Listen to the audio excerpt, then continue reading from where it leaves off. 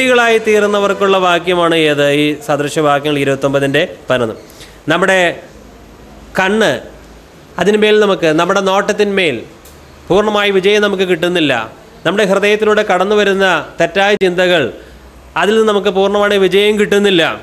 നമ്മൾ വീണ് കിടക്കുകയാണ്. പക്ഷേ നാം ദൈവത്തോട് ആത്മാർത്ഥമായിട്ട് അതിൽ നിന്ന് വിജയം പ്രാപിക്കുവാൻ പ്രാർത്ഥിക്കുന്നു, ആഗ്രഹിക്കുന്നു, ജാഗരിക്കുന്നു. അപ്പോൾ തീർച്ചയായിട്ടും അങ്ങനെയുള്ളൊരു ദൈവം എന്ത് ചെയ്യും? സഹായിക്കും. ആത്മാർത്ഥമായിട്ട് ഈ പരാജയപ്പെട്ട ജീവിതത്തിൽ നിന്ന് എനിക്ക് രക്ഷപ്പെടണമെന്ന് ആർക്കെല്ലാം ആഗ്രഹമുണ്ടോ അവരെ തീർച്ചയായിട്ടും ദൈവം സഹായിക്കും. പത്രോസിൻ്റെ ജീവിതത്തിൽ വന്ന പരാജയവും അത് നമുക്ക് നൽകുന്ന പാഠങ്ങളും നമുക്ക് ചിന്തിക്കാം. ലൂക്കോസിൻ്റെ സുവിശേഷം 22:31-32 വരെയുള്ള വാക്യങ്ങൾ. ശീമോനെ, ശീമോനെ, സാത്താൻ നിന്നെ ഗോതമ്പ് പോലെ പാറ്റേണ്ടതിന് കൽപ്പന ചോദിച്ചു. ഞാനോ നിന്റെ വിശ്വാസം പൊയ്പോകാതിരിക്കുവാൻ നിനക്ക് വേണ്ടി അപേക്ഷിച്ചു. എന്നാൽ നീ ഒരു സമയം തിരിഞ്ഞു വന്ന ശേഷം നിന്റെ സഹോദരന്മാരെ ഉറപ്പിച്ചു കൊള്ളുക. തുടർന്ന് 34-ാം വാക്യത്തിലാണ് കർത്താവ് പറയുന്നത്, നീ എന്നെ അറിയുന്നില്ല എന്ന് 3 വട്ടം തള്ളിപ്പറയും മുമ്പേ ഇന്ന് കോഴി കൂവുകയില്ല. ഇവിടെ പത്രോസിൻ്റെ ജീവിതത്തിലുള്ള വലിയൊരു പരാജയമാണ് കാണുന്നത്. കർത്താവ് അത് മുൻകൂട്ടി അവനെ അറിയിച്ചു കൊടുക്കുന്നുണ്ട്.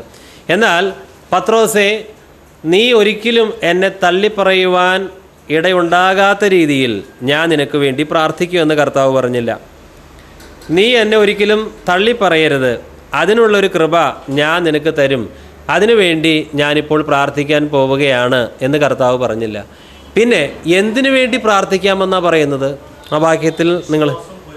അതെ, വിശ്വാസം പോകാതിരിക്കുവാൻ, പത്രോസ് ഒരിക്കലും വീണു പോകാതിരിക്കുവാൻ, പത്രോസ് ഒരിക്കലും പരാജയപ്പെടാതിരിക്കുവാൻ വേണ്ടിയല്ല പ്രാർത്ഥിക്കുന്നത്. പിന്നെ എന്തിനു വേണ്ടി പ്രാർത്ഥിക്കുന്നത്?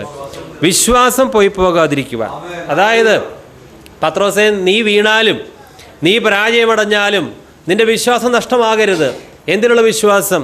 നിൻ്റെ ഗുരുവായ എന്നിലുള്ള വിശ്വാസം, എൻ്റെ മനസ്സലിവിലും എൻ്റെ സ്നേഹത്തിലും കരുണയിലുമുള്ള നിൻ്റെ വിശ്വാസം നീ നഷ്ടമാക്കരുത്. അതിനാണ് ഞാൻ പ്രാർത്ഥിക്കുന്നത്. നീ പരാജയമടയാൻ പോവുകയാണ്, നീ എന്നെ തള്ളിപ്പറയും. പക്ഷേ നീ പരാജയമടഞ്ഞാലും ആ പരാജയമടയുന്ന വേളയിലും ഞാൻ പ്രാർത്ഥിക്കുന്നത് നിൻ്റെ വിശ്വാസം നഷ്ടമായി പോകരുത്. നമ്മുടെ ജീവിതത്തിലും ഇതുപോലെ പരാജയമടയുന്ന നിമിഷങ്ങളുണ്ടാകും, വീണുപോകുന്ന നിമിഷങ്ങൾ. അപ്പോഴും നമ്മുടെ വിശ്വാസം നഷ്ടമാകരുത്. ദൈവം എന്നെ സ്നേഹിക്കുന്നു എന്നുള്ള യാഥാർത്ഥ്യം. നാം വീണ് കിടക്കുന്നതും കർത്താവിൻ്റെ കരങ്ങളിൽ തന്നെയാണ്. അപ്പോഴും നഷ്ടമാകരുത് വിശ്വാസം. ദൈവത്തിന് ഇനിയും എന്നെ ഉപയോഗിക്കാനായിട്ട് സാധിക്കും. ദൈവത്തിൻ്റെ സ്നേഹം എന്നോട് ഇപ്പോഴും അസ്തമിച്ചിട്ടില്ല, ആ വിശ്വാസം.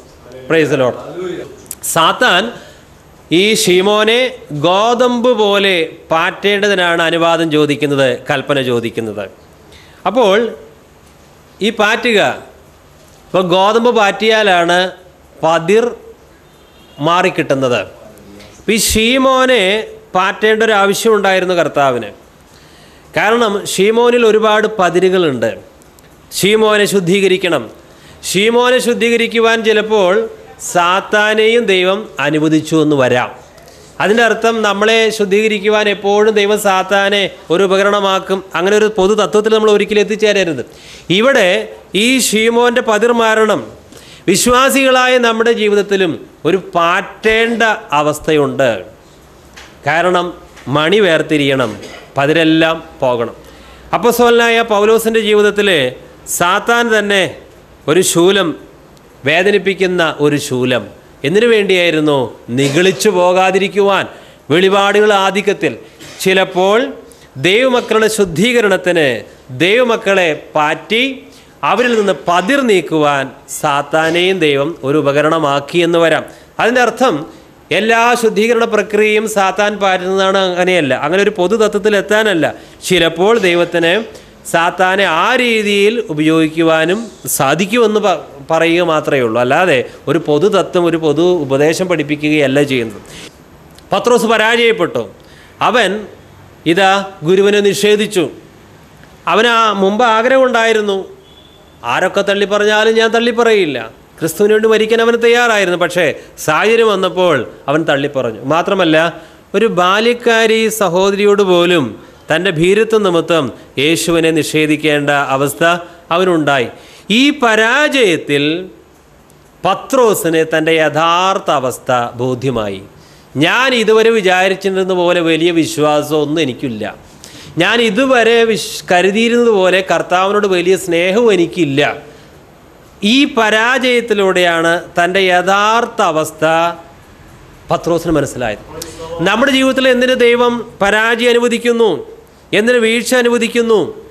ഒരു കാര്യം പറയട്ടെ, ദൈവം ഒരിക്കലും പാപം ഇഷ്ടപ്പെടുന്നില്ല. പക്ഷേ പാപിയെ ദൈവം എപ്പോഴും സ്നേഹിക്കുന്നുണ്ട്. വിശ്വാസികളായി നമ്മുടെ ബലഹീനതയെയോ വീഴ്ചകളെയോ പാപങ്ങളെയോ ദൈവം ലെവലേശം സ്നേഹിക്കുന്നില്ല. ദൈവം പരിശുദ്ധനാണ്. പക്ഷെ എന്തിന് ഈ ഒരു വീഴ്ചയിൽ പത്രോസിന് കടന്നു പോകേണ്ടതായിട്ട് വന്നു? കാരണം പത്രോസിന് തൻ്റെ അവസ്ഥ ഒന്ന് കാണാൻ ഈ പരാജയം സാധിച്ചു. മാത്രമല്ല പത്രോസിനെ ദൈവം പരിശുദ്ധാത്മാവിനാൽ പിന്നീട് നിറയ്ക്കുന്നുണ്ട്. ഈ പത്രോസ് ഇപ്പോൾ ഈ പരാജയത്തിലൂടെ പോയതുകൊണ്ട് അവൻ തകർന്നു. അവന് മനസ്സിലായി ഞാനൊന്നുമല്ല. അവന് ഇനിയൊരു അഹങ്കാരം ഉണ്ടാവുകയില്ല. ഇനി ഏതെങ്കിലും ഒരു വിശ്വാസി പാപത്തിൽ വീണാൽ ഈ പത്രോസിന് ഒരിക്കലൊരു നിഗള മനോഭാവം ഉണ്ടാകുകയില്ല. കാരണം പത്രോസിന് മനസ്സിലാക്കാൻ സാധിക്കും, അവൻ പാപത്തിൽ വീണാൽ ഇതാ ഞാൻ അതിനേക്കാൾ വലിയ പാപത്തിലാണ് ഒരിക്കൽ വീണത്. അതുകൊണ്ട് പാപത്തിൽ വീണ മറ്റുള്ളവരെ കാണുമ്പോൾ പത്രോസിന് ഇനി ഒരിക്കലും നിഗളം ഉണ്ടാവുകയില്ല. എന്നാൽ ഇങ്ങനെ പത്രോസിന് ഒരു വീഴ്ച പറ്റിയില്ലായിരുന്നുവെങ്കിൽ പത്രോസ് എന്ത് ചെയ്യും? ഒറ്റ പ്രസംഗത്തിന് 3000 പേർ സ്നാനപ്പെടുകയാണ്. തന്നെയല്ല, ഈ 3000 പാപികളോട്, അതിനേക്കാൾ അധികം പേരോട് പത്രോസ് സുവിശേഷം പറയുമ്പോൾ പത്രോസിൻ്റെ മനോഭാവം എന്തായിരിക്കും? ഈ വീഴ്ച, ഈ പരാജയം ഉണ്ടായിരുന്നില്ല എങ്കിൽ, ഈ പരാജയം വീഴ്ച പത്രോസിൻ്റെ ജീവിതത്തിൽ ഉണ്ടായിരുന്നില്ല എങ്കിൽ പത്രോസിൻ്റെ മനോഭാവം എന്തായിരിക്കും? ദാ നിങ്ങളൊക്കെ പാപികൾ, ഞാൻ ഒന്നിലും വീഴ്ച പ്രാപിക്കാത്ത വിജയം പ്രാപിച്ച വലിയൊരു വിശുദ്ധൻ. ഇങ്ങനെ മറ്റുള്ളവരെ ഒരു പുച്ഛ മനോഭാവത്തോടെ നോക്കിക്കാണുവാൻ പത്രോസിന് സാധ്യത വളരെയുണ്ട്. എന്നാൽ ആ പെന്തക്കോസ്ത് നാളിൽ പരിശുദ്ധാത്മാവിന് ശക്തി വന്ന് ശക്തമായൊരു പ്രസംഗം പ്രസംഗിച്ചപ്പോൾ ഒറ്റ പ്രസംഗത്തിൽ തന്നെ 3000 പേർ സ്നാനപ്പെട്ടു. ആ കേൾവിക്കാരായ പാപികളോട് പത്രോസിൻ്റെ മനോഭാവം എന്തായിരുന്നു? നിങ്ങളൊക്കെ പാപികളാ, ഞാൻ ആരാ വലിയ വിശുദ്ധൻ? ആ ഒരു നിഗള ചിന്തയോടെ അല്ല താൻ പ്രസംഗിച്ചത്. കാരണം അവരെക്കാളും വലിയ ഒരു പരാജയം തൻ്റെ ജീവിതത്തിൽ വന്നതുകൊണ്ട് ഇനി എല്ലാവരെയും തന്നെക്കാൾ ശ്രേഷ്ഠനെന്ന് കരുതുവാൻ ആർക്ക് സാധിക്കും? പത്രോസിന് സാധിക്കും. അപ്പോൾ പരാജയങ്ങളുടെ പിന്നിൽ വലിയ ദൈവിക ഉദ്ദേശമുണ്ട്, നമ്മൾ തിരിച്ചറിയണം. പ്രിയമുള്ളവരെ, പെന്തക്കോസ്ത് നാളിൽ ഇവരെല്ലാവരും പരിശുദ്ധാത്മാവിനാൽ നിറഞ്ഞു, ശക്തി പ്രാപിച്ചു, അല്ലേ? ഈ പരാജയത്തിലൂടെ കടന്നു പോകാത്ത അവസ്ഥയിലാണ് ആ പെന്തക്കോസ്ത് നാളിൽ പത്രോസ് പരിശുദ്ധാത്മ ശക്തി പ്രാപിച്ചിരുന്നുവെങ്കിൽ അവൻ നിഗളിയായി തീർന്നേനെ. വലിയ കൃപാവരം കിട്ടിയല്ലോ. എന്നാൽ അതിനു മുമ്പ് ഈ ശക്തമായ പരിശുദ്ധാത്മ ശക്തി പത്രോസിന് ലഭിക്കുന്നതിനേക്കാൾ മുമ്പ് പത്രോസിനെ പരാജയത്തിലൂടെ കടത്തിവിട്ട് അവൻ്റെ യഥാർത്ഥ അവസ്ഥ വെളിപ്പെടുത്തി അവനെ തകർക്കേണ്ട ആവശ്യം ആർക്കുണ്ടായിരുന്നു? കർത്താവിനുണ്ടായിരുന്നു. ഇന്ന് ഇതാണ് വേണ്ടത്. പലർക്കും ഈ ഒരു ഹൃദയ തകർച്ച, പരാജയത്തിലൂടെ അവരുടെ യഥാർത്ഥ അവസ്ഥയെ കാണാൻ സാധിക്കാതെ പെട്ടെന്ന് പരിശുദ്ധാത്മ ശക്തി ലഭിച്ചാൽ എന്താ ഉണ്ടാകുക? നിഗളം ബാധിക്കും. പലരും എന്നെ നിറയ്ക്കണമെന്ന് പ്രാർത്ഥിക്കുന്നുണ്ട്, നല്ല കാര്യമാണ്. പക്ഷേ ഈ പരാജയത്തിലൂടെ ദൈവം പഠിപ്പിക്കുന്ന ആ പാഠത്തിന് അവർ വിധേയരായിട്ടില്ല. അവരുടെ യഥാർത്ഥ അവസ്ഥ അവർക്ക് മനസ്സിലാക്കാൻ സാധിച്ചിട്ടില്ല. പരാജയത്തിലൂടെയാണ് നമ്മുടെ യഥാർത്ഥ അവസ്ഥ നമുക്ക് കാണാൻ സാധിക്കുന്നത്. ഈ പരാജയത്തിലൂടെ നമ്മൾ പോയിട്ടുണ്ടെങ്കിൽ പിന്നെ ഒറ്റ വ്യക്തിയെയും, പാപത്തിൽ ജീവിക്കുന്ന ഒറ്റ വ്യക്തിയെയും നമ്മൾ പുച്ഛ മനോഭാവത്തോടെ നോക്കിക്കാണുകയില്ല. നമ്മൾ വിചാരിക്കും നമ്മൾ കത്തോലിക്ക സഭ വിട്ടു, മറ്റ് സഭക്കാരൊക്കെ ഇതാ ദുരുപദേശങ്ങൾ ആചരിക്കുന്നു, വിശ്വസിക്കുന്നു, എന്തെല്ലാം ഭോഷത്തരങ്ങൾ ചെയ്യുന്നു, കണ്ടോ ഞാൻ അതിനേക്കാളൊക്കെ ശ്രേഷ്ഠൻ, ഞാൻ സ്വരൂപങ്ങളെ വണങ്ങുന്നില്ല, ഞാൻ ശിശുസ്നാനത്തിൽ വിശ്വസിക്കുന്നില്ല, ഞാൻ പെരുന്നാളിൻ്റെയും അമ്പിൻ്റെയും വളയുടെയും കൂടെ ഈ അബദ്ധങ്ങളുടെ കൂടെ പോകുന്നില്ല. ഈ അബദ്ധമായ ആചാരത്തിൻ്റെ പിടിയിൽ പെട്ടുകിടക്കുന്നവരോട് നമുക്കൊരിക്കലും ഒരു പുച്ഛ മനോഭാവം തോന്നുകയില്ല. എപ്പോൾ നാം തന്നെ പരാജയത്തിലൂടെ കടന്നുപോയി നമ്മുടെ യഥാർത്ഥ അവസ്ഥ ബോധ്യപ്പെട്ട് തകർക്കപ്പെടലിനും നുറുക്കപ്പെടലിനും നമ്മൾ വിധേയരായിട്ടുണ്ടെങ്കിൽ, നമ്മളെക്കാളും കൂടുതൽ മോശമായിട്ട് ജീവിക്കുന്ന, നമ്മളെക്കാളും കൂടുതൽ പാപത്തിൽ ജീവിക്കുന്ന ആരോടും നമുക്ക് ഒരു പരിഭവമോ ഒരു പരാതിയോ ഉണ്ടാവുകയില്ല. Praise the Lord. ലൂക്കോസ് 22:31-32 വാക്യങ്ങൾ. ശിമോനെ ശിമോനെ, സാത്താൻ നിന്നെ ഗോതമ്പ് പോലെ പാറ്റേണ്ടതിന് കൽപ്പന ചോദിച്ചു. ഞാനോ നിന്റെ വിശ്വാസം പോയി പോകാതിരിക്കുവാൻ നിനക്ക് വേണ്ടി അപേക്ഷിച്ചു. എന്നാൽ നീ ഒരു സമയം തിരിഞ്ഞു വന്ന ശേഷം നിന്റെ സഹോദരന്മാരെ ഉറപ്പിച്ചു കൊള്ളുക. നീ ഒരു സമയം തിരിഞ്ഞു വന്നതിന് ശേഷം, മനം തിരിഞ്ഞ് വന്നതിന് ശേഷം നിന്റെ സഹോദരന്മാരെ ഉറപ്പിച്ചു കൊള്ളുക. വലിയ പരാജയത്തിലൂടെ പോയ ഈ പത്രോസിനെ തന്നെ ദൈവം ശക്തമായൊരു വേലയ്ക്കിപ്പോൾ നിയോഗിച്ചാക്കുകയാണ്. നിന്റെ സഹോദരന്മാരെ നീ ഉറപ്പിക്കണം. പ്രിയമുള്ളവരെ, നമ്മൾ പരാജയത്തിലൂടെ പോയി സ്വയം തകർന്നു കഴിഞ്ഞാൽ നമ്മെ പിന്നെ മറ്റു പലരെയും ബലപ്പെടുത്തുന്ന ഒരു ശുശ്രൂഷയിലേക്ക് ദൈവം കൊണ്ടുപോകും. നാം തന്നെ പരാജയത്തിലൂടെ പോകാതെ, നമ്മുടെ യഥാർത്ഥ അവസ്ഥയെ ബോധ്യപ്പെടാതെ, ഒരു ഹൃദയനുറുക്കം വരാതെ ഒരിക്കലും മറ്റുള്ളവരെ ബലപ്പെടുത്തുന്ന ഒരു ശുശ്രൂഷ നമ്മുടെ കയ്യിൽ ദൈവം ഏൽപ്പിക്കുകയില്ല. ഇത് പറയുമ്പോൾ നിങ്ങളെക്കാളൊക്കെ ഏറ്റവും ബലഹീനതയും പരാജയങ്ങളും വന്ന വ്യക്തിയാണെന്നാണ് എനിക്ക് തോന്നുന്നത്. ഈ പരാജയത്തിലൂടെയാണ് എൻ്റെ നിസ്സഹായ അവസ്ഥയും എൻ്റെ ഇല്ലായ്മയും എനിക്ക് കാണാനായിട്ട് സാധിച്ചത്. ഒരു കാര്യം ഉറപ്പാണ്, പത്രോസ് വീണു, പരാജയപ്പെട്ടു, വീണിടത്ത് തന്നെ കിടന്നില്ല, അവൻ എഴുന്നേറ്റു. അതേ പത്രോസിനെ തന്നെ ശക്തമായൊരു വേലയ്ക്ക് ദൈവം ഉപയോഗിച്ചു. അതുകൊണ്ട് ഇന്ന് പരാജയത്തിലൂടെ ആരെങ്കിലും കടന്നു പോകുന്നെങ്കിൽ ഒരിക്കലും തളർന്നു പോകരുത്. ഇതിൻ്റെ പിന്നിലൊരു ദൈവിക ഉദ്ദേശമുണ്ട്. ഇതിൻ്റെ പിന്നിൽ പ്രത്യേക ദൈവിക പദ്ധതിയുണ്ട്. നമ്മൾ നുറുക്കപ്പെടാതെ, നമ്മുടെ യഥാർത്ഥ അവസ്ഥ നമുക്ക് തന്നെ ബോധ്യമാകാതെ ശക്തമായ പരിശുദ്ധാത്മ ശക്തി നമുക്ക് ലഭിച്ചാൽ വലിയ അപകടമാണ്. നമുക്ക് നിഗളം വരും. അതുകൊണ്ട് വചനം പറയുന്നത്, നിഗളികളോട് ദൈവം എതിർത്ത് നിൽക്കുന്നു, താഴ്മ ഉള്ളവർക്ക് അവിടുന്ന് കൃപ നൽകുന്നു. ഈ താഴ്മയിൽ നമ്മെ നിലനിർത്തണമെങ്കിൽ നമ്മുടെ യഥാർത്ഥ അവസ്ഥ നമുക്ക് ബോധ്യമാകണം. നമ്മുടെ പരാജയത്തിലൂടെയാണ് ഞാൻ ഏതുമില്ല എന്നുള്ള സത്യം നമുക്ക് മനസ്സിലാക്കാൻ സാധിക്കുന്നത്. അതുകൊണ്ട് ഏതെങ്കിലും രീതിയിൽ പരാജയത്തിലൂടെ പോകുന്നുവെങ്കിൽ കർത്താവിനോട് പറയുക, കർത്താവേ, ഇതിൻ്റെ പിന്നിലുള്ള ദൈവിക ഉദ്ദേശം അങ്ങ് എനിക്ക് വെളിപ്പെടുത്തി തരണം. ഇനി ഇയ്യോബിൻ്റെ ജീവിതത്തിൽ വലിയ പരാജയം വന്നു. ഇയ്യോബിന് വസ്തുക്കൾ നഷ്ടമായി, സ്വത്ത് നഷ്ടമായി, മക്കൾ നഷ്ടമായി, ഭാര്യയുടെ സ്നേഹവും നഷ്ടമായി. ഈ പ്രതികൂലത്തിലും പരാജയത്തിലും കൂടെ ഇരിക്കേണ്ട ഭാര്യ പോലും പറയുന്നത്, നീ ഇനിയും ഈ ദൈവഭക്തി മുറുകെ പിടിക്കേണ്ട, ദൈവത്തെ നിഷേധിച്ച് ആത്മഹത്യ ചെയ്താൽ മതി. അവൻ്റെ സ്നേഹിതന്മാരും അവന് പ്രതികൂലമായി തിരിഞ്ഞു. അവരും പറയുന്നത്, നിന്നിൽ എന്തെങ്കിലും കുറ്റം ഉണ്ടായിരിക്കും, വീഴ്ച ഉണ്ടായിരിക്കും, അല്ലാതെ നിനക്ക് ഈ രീതിയിൽ ഒരു ശിക്ഷണ നടപടി വരികയില്ല. ഓക്കെ, അപ്പോൾ അവനെല്ലാം നഷ്ടമായി, എല്ലാം നഷ്ടമായി. എന്നാൽ ഇങ്ങനെ എല്ലാം നഷ്ടമായപ്പോഴും ഇയ്യോബിന് ചില ചിന്തയുണ്ടായിരുന്നു. വാസ്തവത്തിൽ ഞാൻ ഇതെല്ലാം അർഹിക്കുന്നുണ്ടോ? ഞാനൊരു കുറ്റവും ചെയ്തിട്ടില്ലല്ലോ. ഒരു കുറ്റവും ചെയ്യാതെ ഞാൻ ഇത്രമാത്രം പരിശോധനകളിലൂടെ കടന്നുപോയി. കാരണം അന്നത്തെ തലമുറയിൽ ജീവിച്ചിരുന്ന വ്യക്തികളെ വെച്ച് നോക്കുമ്പോൾ ഏറ്റവും നീതിമാനും നിർമ്മലനും നിഷ്കളങ്കനുമാണ് ഇയ്യോബ്. എന്നിട്ടും തനിക്കിങ്ങനെ വന്നല്ലോ. ഇടയ്ക്ക് പറയട്ടെ, ഇയ്യോബ് പഴയ നിയമഭക്തനാണ്. അതുകൊണ്ട് കുറ്റമില്ലാത്ത എനിക്ക് എന്തുകൊണ്ട് ഇങ്ങനെയൊരു പരാജയം വന്നു? പക്ഷേ ഇയ്യോബിന് ദൈവം നേരിട്ട് പ്രത്യക്ഷം നൽകുകയാണ്. അപ്പോൾ ഇയ്യോബ് പറയുന്നത്, ദൈവം തന്നെ ഇയ്യോബിനോട് നേരിട്ട് സംസാരിച്ചപ്പോൾ, ഞാൻ ഇതുവരെ നിന്നെക്കുറിച്ചൊരു കേൾവി മാത്രമേ കേട്ടിരുന്നുള്ളൂ, എന്നാൽ ഇപ്പോഴാകട്ടെ ഞാൻ നിന്നെ അടുത്തറിഞ്ഞു കണ്ടിരിക്കുകയാണ്. അതുകൊണ്ട് ഞാൻ എന്നെ തന്നെ വെറുത്ത് ചാരത്തിലും പൊഴിയിലും കിടക്കുകയാണ്. അതുവരെ ഇയ്യോബിന് കുറച്ചൊക്കെ സ്വന്തം ഭാഗത്തെ ന്യായീകരിക്കുന്നൊരു സ്വഭാവം ഉണ്ടായിരുന്നു. ദൈവം തന്നോട് വ്യക്തമായിട്ട് സംസാരിച്ചപ്പോൾ ആ സ്വയം നീതീകരണം എന്നുള്ള പാപത്തിൽ നിന്ന് ഇയ്യോബിന് രക്ഷപ്പെടാൻ സാധിച്ചു. ബാഹ്യമായി നോക്കുമ്പോൾ ഒരു കുറവുമില്ല, പക്ഷേ ഏറ്റവും വലിയ കുറവ് സ്വയം നീതീകരണമാണ്. എനിക്കൊരു തെറ്റുമില്ല, കുറ്റമില്ല എന്ന് ചിന്തിക്കുന്നതാണ് വല്ലാത്തൊരു തിന്മ. പക്ഷേ ആ തിന്മയെക്കുറിച്ചുള്ളൊരു ബോധ്യം ഇയ്യോബിന് വന്നത് ദൈവം സംസാരിച്ചപ്പോഴാണ്. അതിനു മുമ്പ് സ്നേഹിതന്മാർ ഇയ്യോബിനോട് പലതും പറഞ്ഞു, മണിക്കൂറുകളോളം സംസാരിച്ചു. ഇയ്യോബേ, നിൻ്റെ ജീവിതത്തിൽ ഇന്നെന്ന വീഴ്ചയുണ്ട്, നീ ശരിയല്ല.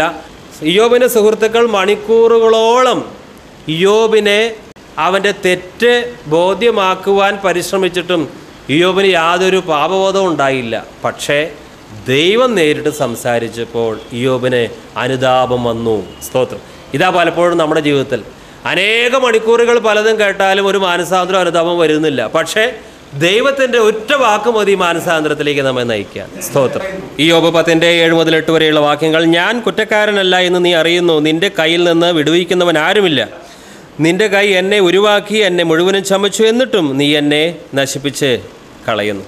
ഇയ്യോബിൻ്റെ പ്രത്യേകത സ്വയനീതീകരണം. പക്ഷേ ദൈവം സംസാരിച്ചപ്പോൾ ഇയ്യോബ് പറയുന്നത് എന്താണെന്ന് നമുക്ക് ശ്രദ്ധിക്കാം. ഇയ്യോബ് 42 അധ്യായം 1 മുതൽ 6 വരെ.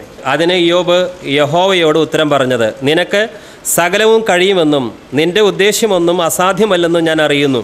അറിവ് കൂടാതെ ആലോചനയെ മറിച്ചു കളയുന്നവൻ ആർ? അങ്ങനെ എനിക്കറിഞ്ഞുകൂടാത്ത വണ്ണം അത്ഭുതമേറിയത് ഞാൻ തിരിച്ചറിയാതെ പറഞ്ഞുപോയി. കേൾക്കണമേ, ഞാൻ സംസാരിക്കും, ഞാൻ നിന്നോട് ചോദിക്കും, എന്നെ ഗ്രഹിപ്പിക്കണമേ. ഞാൻ നിന്നെക്കുറിച്ച് ഒരു കേൾവി മാത്രമേ കേട്ടിരുന്നുള്ളൂ, ഇപ്പോഴോ എൻ്റെ കണ്ണാൽ നിന്നെ കാണുന്നു. ആകയാൽ ഞാൻ എന്നെ തന്നെ വെറുത്ത് പൊടിയിലും ചാരത്തിലും കിടന്ന് അനുദപിക്കുന്നു. അനേക പ്രസംഗങ്ങൾ കൊണ്ട് സാധിക്കാത്തത്, മാനുഷികമായ പ്രസംഗങ്ങൾ കൊണ്ട് സാധിക്കാത്തത് ദൈവത്തിൻ്റെ ഒറ്റ നോട്ടത്തിന് സാധിക്കും. ഇപ്പോൾ പത്രോസ് ഗുരുവിനെ തള്ളിപ്പറഞ്ഞു. പത്രോസിന് മനസ്സിലായി വലിയ തെറ്റാണ്. അവിടെ പറയുന്നുണ്ട്, എഴുതിയിട്ടുണ്ട്, പത്രോസിനെ കർത്താവ് നോക്കി. ആ ഒറ്റ നോട്ടത്തിൽ തന്നെ പത്രോസ് തകർന്നു പോയി. സ്തോത്രം.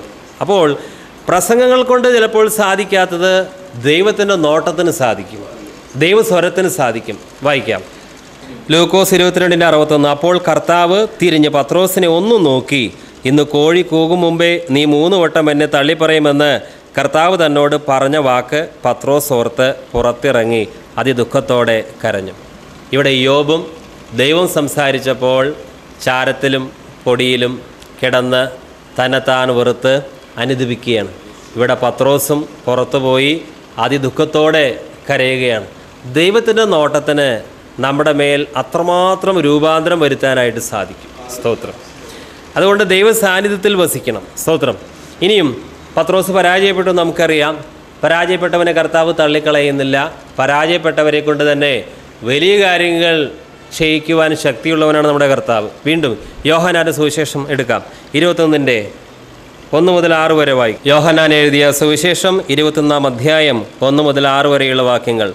അതിൻ്റെ ശേഷം യേശു പിന്നെയും തിബരിയാസ് കടൽക്കരയിൽ വെച്ച് ശിഷ്യന്മാർക്ക് പ്രത്യക്ഷനായത് ഈ വിധമായിരുന്നു. ശീമോൻ പത്രോസും ദിദിമോസ് എന്ന തോമസും ഗലീലയിലുള്ള കാനാവിലെ നഥനയേലും സബദി മക്കളും അവൻ്റെ ശിഷ്യന്മാരിൽ വേറെ 2 പേരും ഒരുമിച്ച് കൂടിയിരുന്നു. ശീമോൻ പത്രോസ് അവരോട്, ഞാൻ മീൻ പിടിക്കുവാൻ പോകുന്നു എന്ന് പറഞ്ഞു.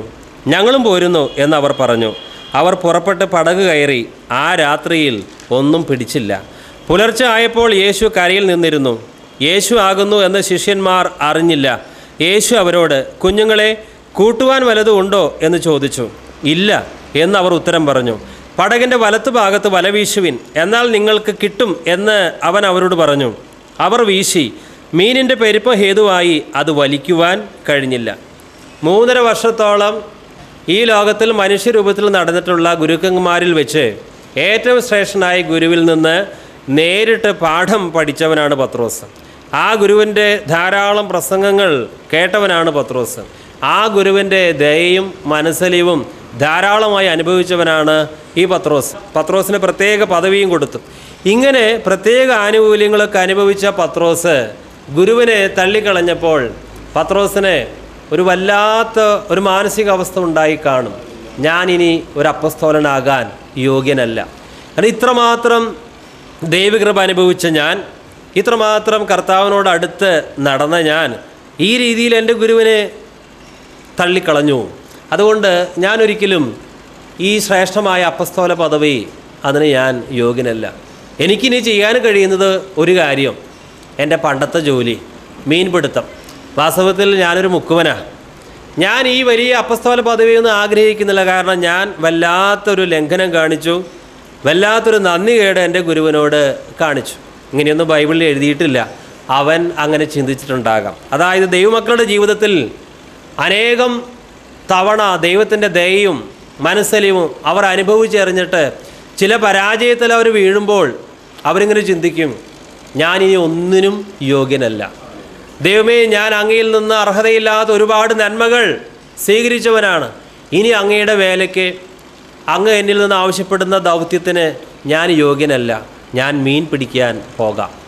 ഒരു കാര്യം ഉറപ്പാണ്, ദൈവം നമ്മളെ പ്രത്യേകമായൊരു ദൗത്യത്തിനായിട്ട് വിളിച്ചിട്ടുണ്ട് എങ്കിൽ നമ്മുടെ അറിവില്ലായ്മ കൊണ്ട്, ഭീതി കൊണ്ട് നാം വീണ്ടും പഴയതിനായിട്ട് ആ പഴയ ജോലിയിലേക്ക് പോയാലും ദൈവം നമ്മെ തള്ളിക്കളയുന്നില്ല. അവിടെയും നമ്മളെ തേടി വരുന്നവനാണ്.